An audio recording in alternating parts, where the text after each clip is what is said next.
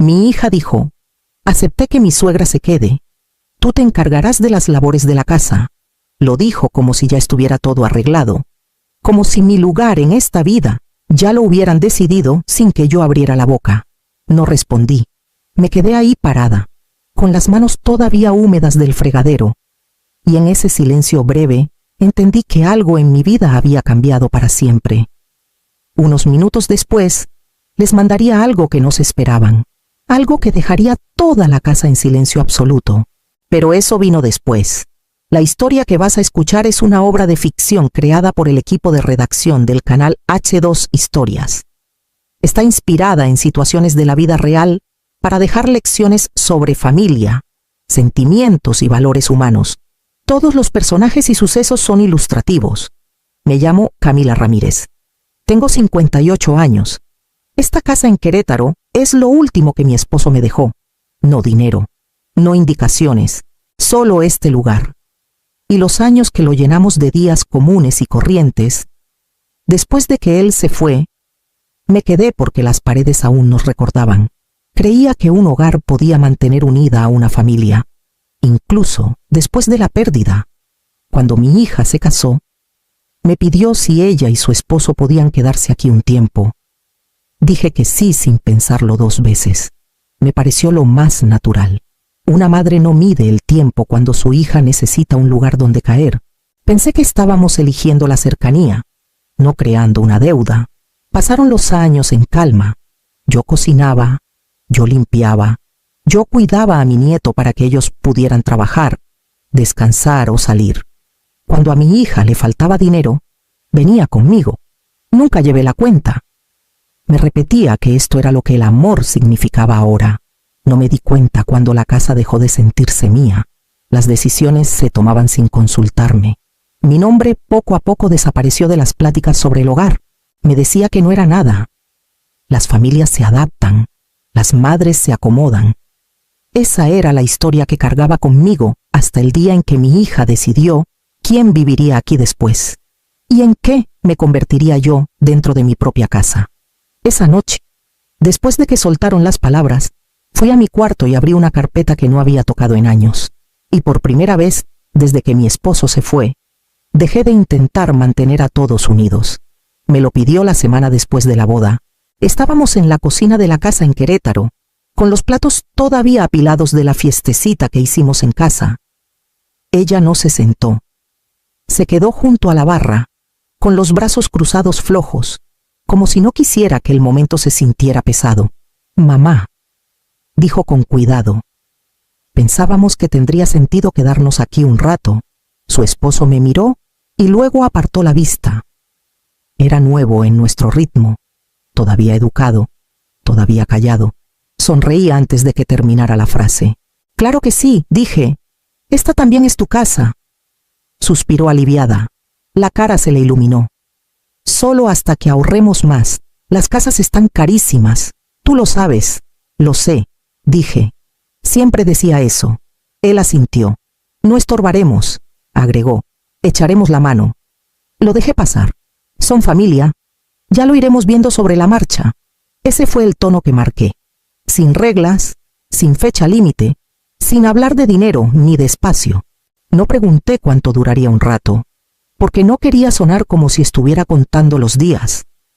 En las semanas siguientes, sus cosas se extendieron de manera natural. Zapatos junto a la puerta, comida en el refri que no era mía, risas en cuartos que antes estaban en silencio. Me repetía que esto era avanzar. Una tarde, me abrazó por detrás mientras lavaba trastes. «Gracias por esto», dijo. «Sin ti no podríamos». Le creí. Creí que la gratitud duraría tanto como el arreglo. Creí que el amor mantendría su forma. Esa noche, doblé cobijas extras y hice espacio en el closet del pasillo. No sabía que también estaba abriendo espacio para un futuro en el que mi lugar en esta casa cambiaría poco a poco, en silencio. Los años no llegaron de golpe. Se apilaron despacito, como las costumbres. Al principio, eran cosas pequeñas. Yo cocinaba porque ya estaba en casa. Yo limpiaba porque era la primera en ver el desorden. Cuando nació mi nieto, mi hija apareció una mañana en la puerta, con ojeras de cansancio, y dijo: «¿Lo cuidas un ratito? Solo necesito dormir». «Claro», dije. Esa palabra seguía siendo útil. Pronto ya no era un favor, era rutina. Lo alimentaba, lo bañaba, lo mecía en las fiebres mientras ellos trabajaban hasta tarde o salían solo un rato, cuando se lo devolvía. Mi hija sonreía y decía: «Eres salvavidas, mamá». Ya agarrando el celular. «El dinero entró sin hacer ruido. Este mes andamos cortos», dijo una vez, sin mirarme a los ojos. «Es hasta que caiga su bono». «¿Cuánto necesitan?», pregunté. Dijo una cantidad. Se lo transferí ese mismo día, sin plática, sin esperar que me lo devolvieran. Su esposo se fue soltando. «La mamá lo agarra», decía cuando el bebé lloraba. «A ella no le molesta». Me repetía que a mí no me molestaba. Para el tercer año, ya no me pedían, me avisaban. «Llegamos tarde», decía ella. «La cena que sea algo sencillo. No hay guardería hoy», decía. «De todos modos estás en casa». Una vez mencioné que estaba cansada. Se rió suave. «Ya no trabajas. Esto te mantiene ocupada». Sonreí porque corregirla era más difícil que tragarme el comentario. La gratitud se hizo rara. La ayuda se dio por sentada. Mi rol se acomodó sin nombre, sin gracias. Ya no era la madre en la que se apoyaban. Era el sostén debajo de sus vidas, invisible hasta que algo se rompía. En las noches, cuando la casa se callaba, me sentaba en la mesa de la cocina y me frotaba las muñecas, sintiendo el dolor que se asentaba hondo. Me decía que esto era temporal. Me decía que las familias pasan por etapas, pero las etapas cambian. Y yo era la única que seguía dando como si nada fuera a cambiar nunca. Lo noté primero en las conversaciones. «Estamos pensando en repintar la sala», dijo mi hija una tarde, escroleando en el celular. «Algo más claro». Levanté la vista. «¿Cuándo lo decidieron?», parpadeó. «Lo platicamos la semana pasada. Yo había estado en la casa toda la semana». Su esposo agregó, sin mirarme: «Va a hacer que se sienta más grande». Asentí. Aunque el espacio nunca se había sentido tan chico, las decisiones empezaron a tomarse alrededor de mí, no conmigo. Muebles que se movían, horarios que cambiaban. Nadie preguntaba si me acomodaba. Daban por hecho que sí. Esa misma semana, vino su cuñada con los niños. Saqué botanas como siempre. Mientras se sentaban, oí a mi hija decir: «Mi mamá siempre está en casa. Es fácil, fácil». Como si yo fuera un recurso que no se acaba. Intenté hablar una vez. «A veces siento que ya no formo parte de las decisiones». Frunció el ceño. «Te estás rayando. No hagas de esto un drama». Así que dejé de hacer drama. Me hice a un lado cuando platicaban planes. Me callé cuando tomaban decisiones. Me hice más chiquita, más ligera, más fácil de pasar por alto. La casa seguía teniendo mi nombre en las escrituras, pero no en el aire. Mi presencia se volvió fondo, útil, esperada, silenciosa. Una tarde, mi nieto gritó: «Abue», antes de llamar a sus papás. Respondí por reflejo, desde el pasillo. Mi hija dijo: «Bien, tú lo tienes». No preguntó, no esperó. Me quedé ahí cargándolo, entendiendo lo natural que se había vuelto para todos pasar por encima de mí, mientras seguían apoyándose en mí. No lo suavizó, lo soltó directo. Estábamos en la mesa, con papeles del colegio de mi nieto regados, cuando mi hija dijo: «Tenemos que platicar de algo». Su esposo se quedó callado, mirando el celular. «Mi suegra no está bien», siguió. «Su salud ha ido para abajo». Asentí despacio. «Lo siento mucho. Ya no puede vivir sola», dijo mi hija, «así que se quedará con nosotros». La palabra nosotros cayó pesada. Esperé lo que seguía. La pregunta, la pausa. No llegó. «¿Cuándo?», pregunté. «Pronto», dijo. «Seguro la semana que viene». Su esposo por fin levantó la vista. «Es la única opción», agregó. «Necesita cuidados». Puse las manos planas en la mesa. «¿Han pensado en el espacio?». en cómo va a funcionar esto. La cara de mi hija se endureció. Mamá, está enferma. Lo entiendo, dije. Solo pregunto cómo lo ven encajando en la casa. Suspiró fuerte. ¿Por qué lo estás complicando? No lo complico, dije. Solo trato de entender. Es familia, dijo su esposo, ya más fuerte. No hay de otra. Esa frase dolió. No porque estuviera mal, porque no me incluía a mí. Mi hija se inclinó hacia adelante. Tú estás todo el día en casa. Ya ayudas con todo. Esto no te va a cambiar mucho. Ahí estaba. La cuenta que ya habían sacado. No formé parte de esta decisión, dije bajito. Frunció el ceño. No es una decisión, es una necesidad. La necesidad cerraba la puerta al permiso. La enfermedad se volvió el escudo contra el que nadie podía empujar sin verse cruel. Los miré a los dos. Ninguno me sostuvo la mirada. Lo haremos funcionar, dijo ella, ya levantándose. No hay otra. Pasaron a los detalles. Medicinas, citas, arreglo de cuartos. Yo me quedé sentada escuchando, dándome cuenta de que el futuro ya lo habían reorganizado sin mi voz. Esa noche me quedé despierta mirando el techo, sintiendo el peso de una decisión que no tomé acomodándose en el pecho. Y por primera vez me pregunté cuánto espacio me quedaba en una casa donde todas las decisiones llegaban ya terminadas. Sucedió la mañana en que terminaron de arreglar su llegada.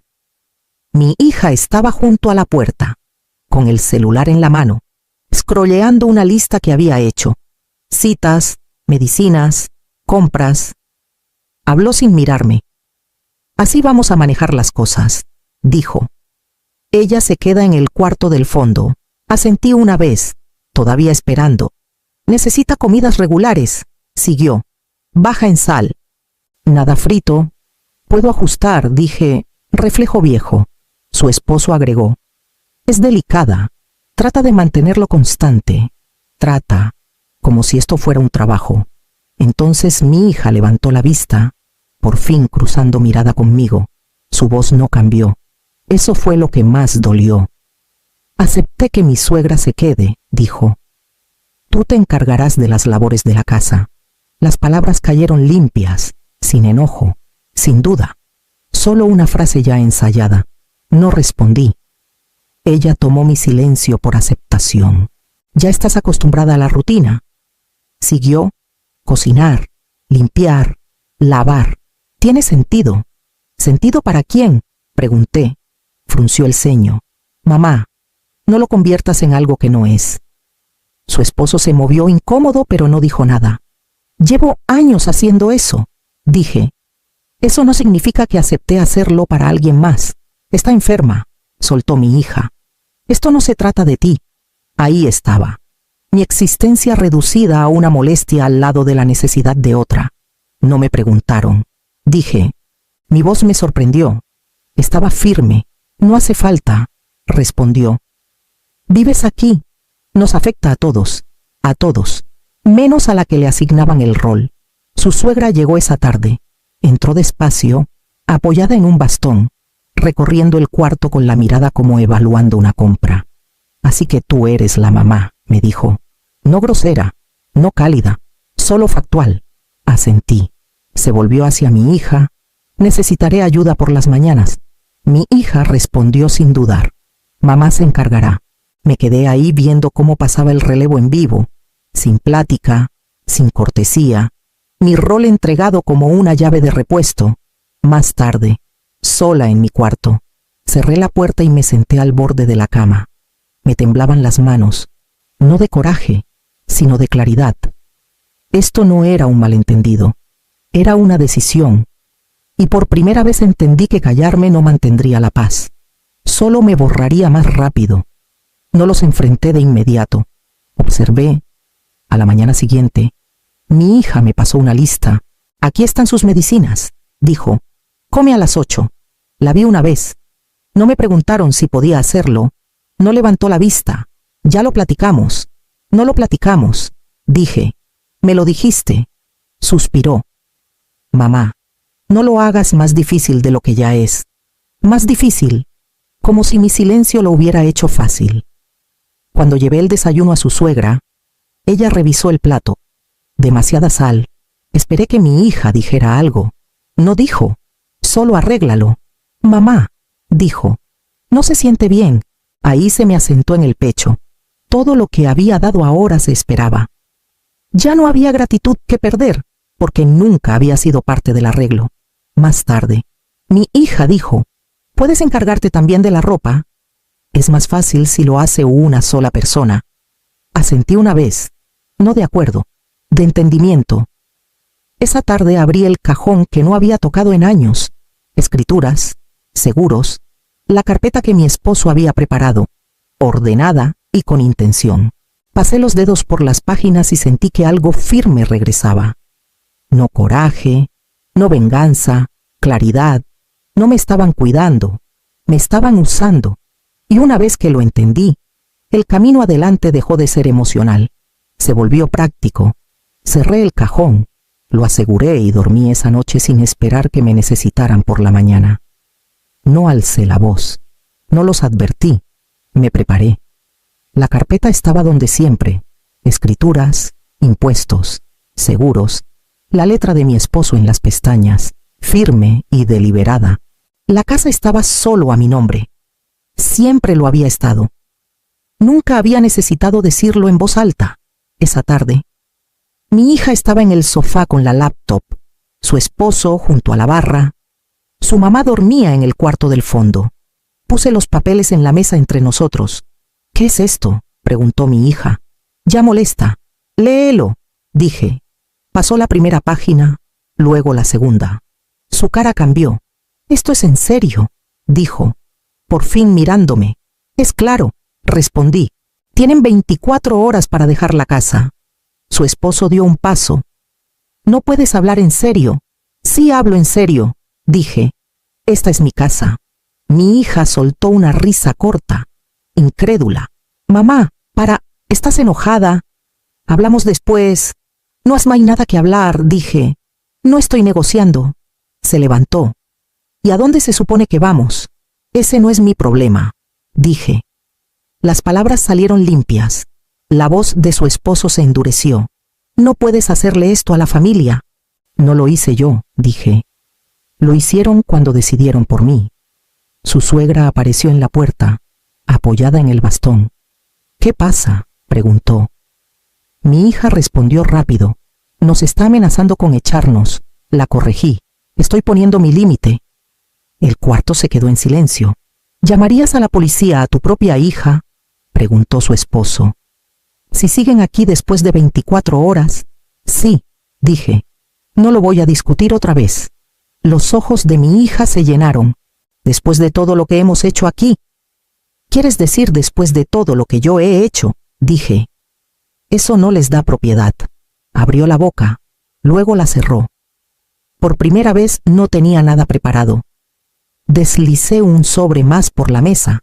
«Aquí está el aviso por escrito». Ya tuvieron su tiempo. Fui a mi cuarto y preparé una maleta pequeña. Ropa, mi pasaporte, el libro que llevaba años queriendo terminar. Detrás. Las voces subieron. Súplicas, enojo, amenazas disfrazadas de preocupación. Cerré mi puerta con llave y seguí empacando. Por primera vez desde que mi esposo se fue, no estaba tratando de mantener la casa unida. Me estaba eligiendo a mí. Y la tensión en las paredes por fin tuvo sentido. No esperaron mucho. Mi hija tocó mi puerta menos de una hora después de que la cerré. No suave, no delicada. «Mamá», dijo a través de la madera. «Abre». Abrí solo lo suficiente para ver su cara. Roja, tensa, asustada. «No puedes hablar en serio», dijo. «Nos estás castigando».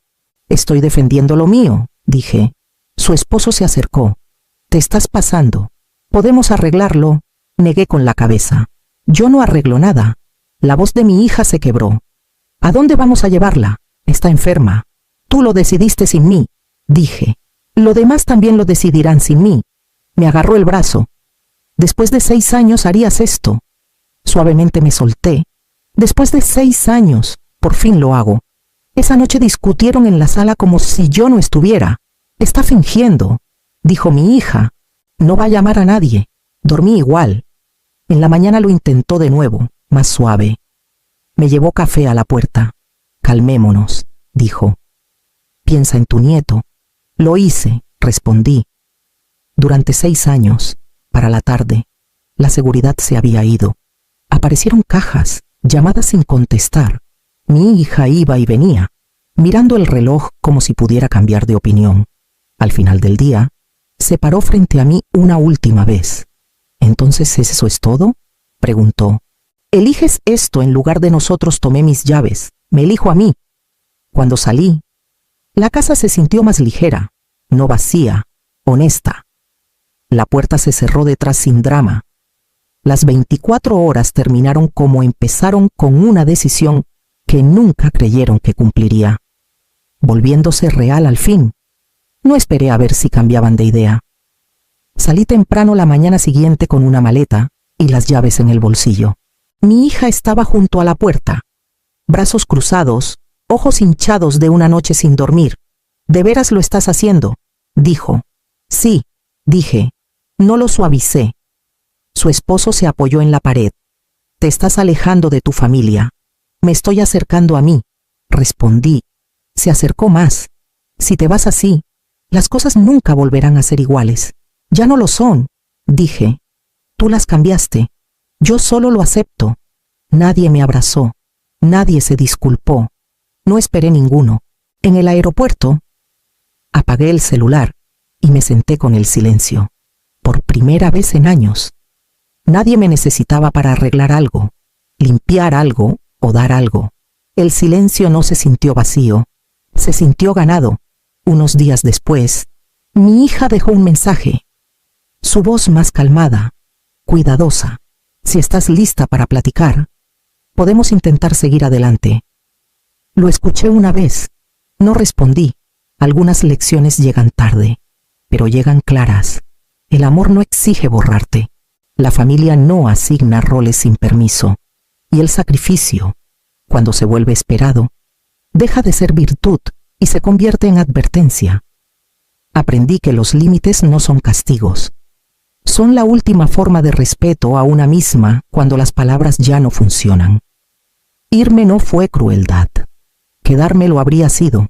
Si esta historia te tocó, date un momento para darle me gusta, compartirla o dejar un comentario. Alguien más puede necesitar oír que elegir la paz no es egoísmo, es supervivencia. No sé si algún día perdonaré a mi hija. El perdón necesita verdad, y la verdad necesita que alguien la reconozca. Lo que sí sé es esto: ahora despierto sin temor, sin obligaciones, sin achicarme para caber en la comodidad de alguien más. Elegí la paz, y por primera vez, la paz me eligió de vuelta.